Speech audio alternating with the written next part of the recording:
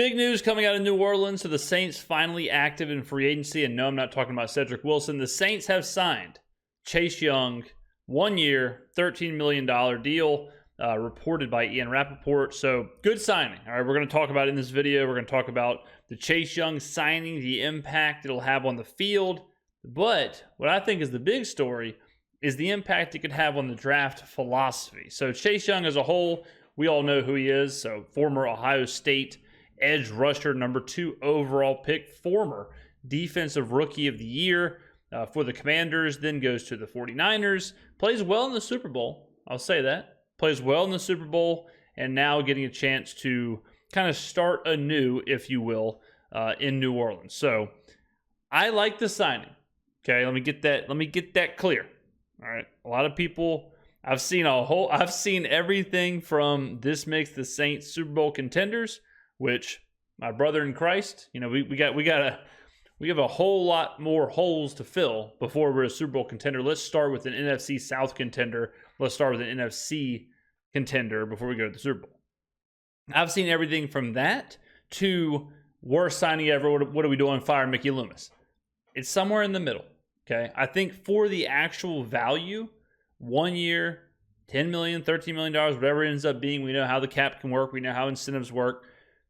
I love it. I love taking the risk. It addresses a situation. It does so much because on one hand, it addresses an immediate need, right? The immediate need is pass rushing. The immediate need is an edge rusher, getting after the quarterback, getting sacks. We were horrific at that last season.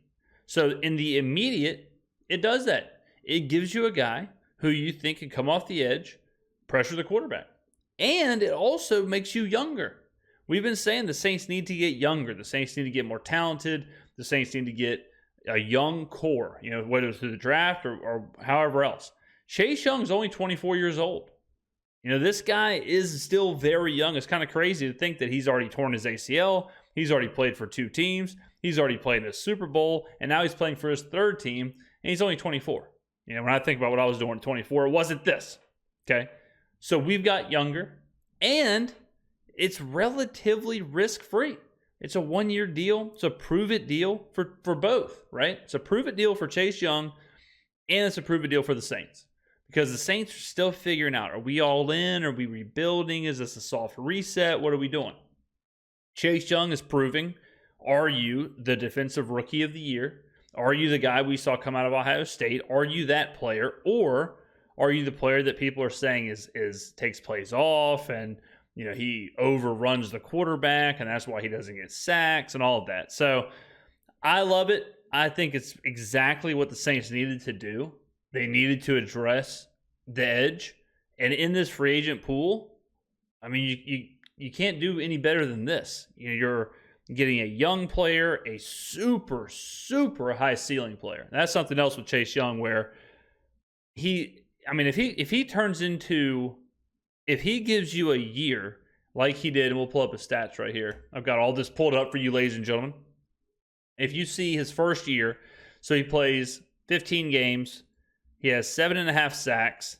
I believe, I may be wrong here, but I believe he had the sacks early. I think he had most of those sacks in the first half of the year, and then he kind of fell off. Then the injury started happening, so then he plays 9 games, then he plays 3 games, then he plays 7 games. Obviously, the numbers drop, and then he goes to splits time, so he plays 16 games, quick math, with Washington and San Francisco, ends up with a combined 7.5 sacks. I believe he had a couple more sacks in the playoffs. I think PFF has that. Yeah, PFF has that here. He has 12 solo tackles, 1 assist, 10 sacks. You can see his grade. PFF grades him all right. I mean, PFF grades him above average. PFF definitely grades him somewhere in the starting edge rusher kind of world. He's definitely in that starting tier. 6'5", 264 pounds. Just a hair under 25 years old, 24.9. So if the Saints come out there and Chase Young is back to that form, he's back to what we saw at Ohio State and back to that rookie season, then that 1-year contract could turn into a big contract. But the Saints are basically doing what the Vikings did with Marcus Davenport last year. Marcus Davenport was on a very similar, maybe an identical contract. And for a team like Minnesota, it's like, cool, yeah, take the risk. Why not? There's huge upside. I would argue there's way more upside with Chase Young than there is with Marcus Davenport. So the fact that the Saints were able to do this, the fact that the Saints were able to get younger, fill a need, that's huge. And I love every bit of that. Do I think Chase Young, like, how do I feel about Chase Young as an individual player? I'm kind of lukewarm on him. I'm kind of meh. On him. Like I said, I think he has a high ceiling. I do think, and this was coming out of Ohio State, I do think he does overrun his kind of pressures. I think he was a guy in college where he could take these big looping pressures and then he could sack the quarterback from behind, because quarterbacks hold on to the ball for a long time in college, and they also try to escape the pocket from the back instead of moving up in the pocket. I think Chase Young is one of those guys that was way better in college than he will be in the pros, but he's proven he can be impactful in the pros. So I don't think he's going to come in here and be Lawrence Taylor. I don't think he's going to come in here and be Myles Garrett or be a legitimate, defensive player of the year type player or anything like that, but he will be impactful. I think he can play the game. The analytics prove it. PFF grade proves it. He can play the position. And for a team that is so starved for an edge rusher like the Saints, that's fine.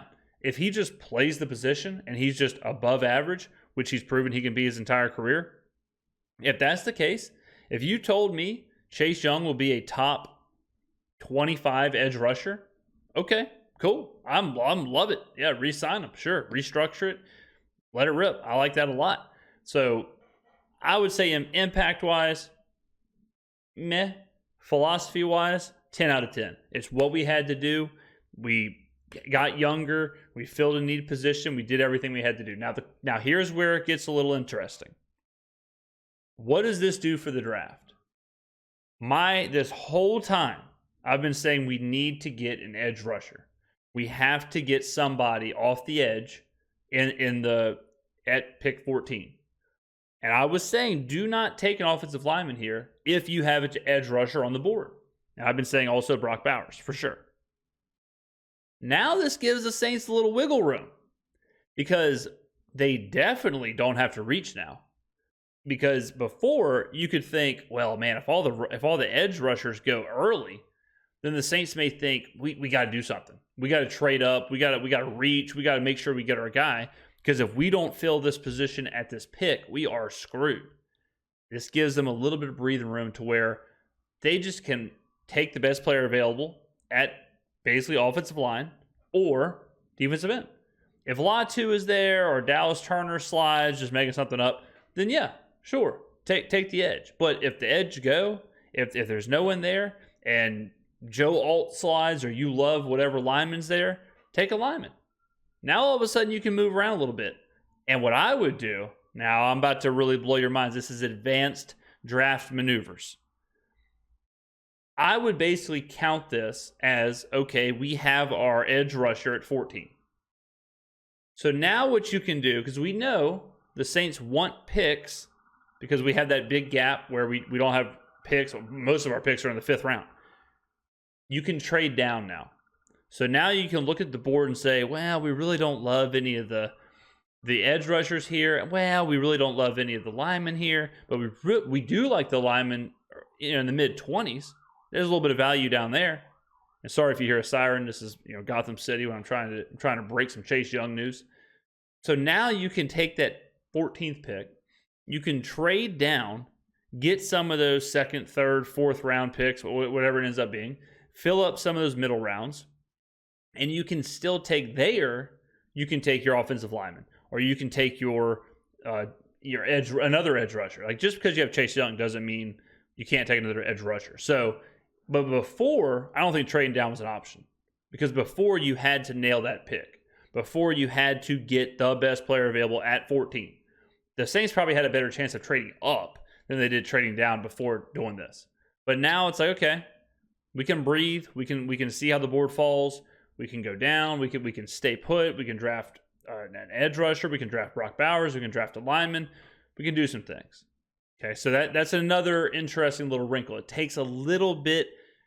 Now, before this happened, I would have said 100% the Saints are taking an edge rusher. 100%.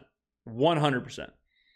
Before that, or now that this has happened, I would say I'm leaning more towards the Saints probably trade down, because now the two biggest needs for the Saints are acquire picks, because they want more picks, acquire picks, and then the next need is obviously get an offensive lineman or a pass rusher or Brock Bowers or whatever. And now you can do all of that by trading down. So I think they do trade down. And I mean, it's just a fantastic spot to be in. This is one of those moves where you just say, I'm not, and we talk about this all the time, you can't be so results oriented. You can't be super concerned about the results. We can't sit here and say Chase Young's going to be a Pro Bowler, Chase Young's going to have 10 sacks, Chase Young's going to be the defensive player of the year, Chase Young's going to do all this, Saints to the Super Bowl. But we can sit back and say, philosophically, roster management wise, for what we're trying to do, this is an absolutely fantastic move. And results be damned. Chase Young could have 2 sacks this year, whatever. Doesn't matter. We can't wait until the results happen to judge this move. But I love how the Saints took their time. I love how they assessed everything. They dealt with their in-house roster, their in-house salaries and restructured contracts and made moves, got out of salary hell, all the salary hell that lasted 72 hours that I saw all over the Saints subreddit. We got out of that, and we managed to get a guy who 2 years ago was the defensive rookie of the year, that a couple of years ago was the second overall pick. A guy with a huge ceiling. I mean, when Chase Young was drafted second overall, and I know draft busts happen, but when he was drafted second overall, you know, the hype, the ceiling, all of that was sky high. And does Chase Young take plays off? Does Chase Young have some inconsistencies? Yes, for sure. And, you know, that might be part of his game. But getting into a fresh environment, getting some Super Bowl experience, playing for a team like San Francisco, even if it was just for 9 games, playing for that team, and now going to a new culture, now going to a city where he can kind of restart, he can be a part of this, with a defensive-minded head coach who, even though he is an absolute dog water garbo head coach, he's an amazing defensive mind. He's kind of like, I say it all the time with Sean Payton. If Sean Payton can't make a quarterback work, the quarterback's probably not very good. If you're a defensive player and Dennis Allen can't make you work, says something about you. So if there was ever a situation that Chase Young could come in, start anew, prove himself, it is with the Saints. And I mean, I love it. I think it's fantastic. Very happy with everything that happened here. You know, everything that happened with Loomis's decision and the signing and the player and the ceiling and even the money. You know, the money is perfect. It's exactly what we want. What we don't want is tying Chase Young to a 5-year deal. We don't want what the Buccaneers did with Baker Mayfield, right? We're trying to deal with our cap now. We've heard it now, the soft reset. We're trying to deal with it. So this is the perfect way to do that. You take a free roll gamble on a player with an enormous ceiling for relatively no money. And then if it doesn't work out, see you later, shake his hand, give him a bag of beignets, and send him on his way. But if it does work out, boom. Now you have a young core player at an absolute need position. I mean, just a masterclass. Just a masterclass in building this roster and doing what we have to do. I love it. Quick analysis here. Real quick, news broke about, I'd say 2 hours ago, something like that. Jumping on here. I'm sure we will cover this more. This is great. I mean, this is just like, I've been seeing all the videos pop up, and I covered this on another video. I've been seeing all these videos pop up, and it's like, breaking news, Cedric Wilson, what he means to the Saints offense. Breaking news. You know, it's all these third string nobodies who aren't going to do nothing. But this right here, this is a true impact free agent signing, potentially for the future. And like I said, the Saints are a team who they're kind of 1 foot in, all in, and kind of 1 foot in, rebuild. Chase Young is exactly that. Chase Young is also 1 foot in, or the signing of Chase Young is 1 foot in, rebuild, and 1 foot in, all in. Because if Chase Young comes out here and has 10 sacks, you would assume the Saints are going to be pretty good. The Saints defense is going to be pretty nasty, right? So then all of a sudden it's like, wait, maybe we are all in. If these young players, just like with the drafts with Alvin Kamara and Michael Thomas and Marshawn Lattimore, where if these young players played this insane level, all of a sudden it resets the clock. And all of a sudden we go from, man, we don't have a pass rusher to we've got one of the best young pass rushers in the game. And something else too with Chase Young, as far as like all the pass rushers, the Saints just need one. Like the Saints just need one of these players who they're kind of rolling out there. These kind of like, because we have some serious depth now at edge. We have some. I mean, you know, whatever you think of Isaiah Foskey and Peyton Turner and Chase Young and you know whatever, but we just need one to really kind of emerge from that. We're throwing darts. And we're lucky that one of the darts that we're throwing is a 24-year-old former rookie defensive player of the year. So, yeah, it's just another chance. We're just trying to increase the chances that we find that impact edge, and I think Chase Young has a great chance to do it. So, hopefully he, you know, takes this opportunity and just kind of reinvents himself and proves he is who the Commanders thought he was when they took him second overall. So let me know in the comments below what you think, if you're pumped about this, if you're excited about the news. I know I am. Great job, Mickey Loomis. I always believed in you, my man. I'll see you in the next video. Thank you for watching. Peace.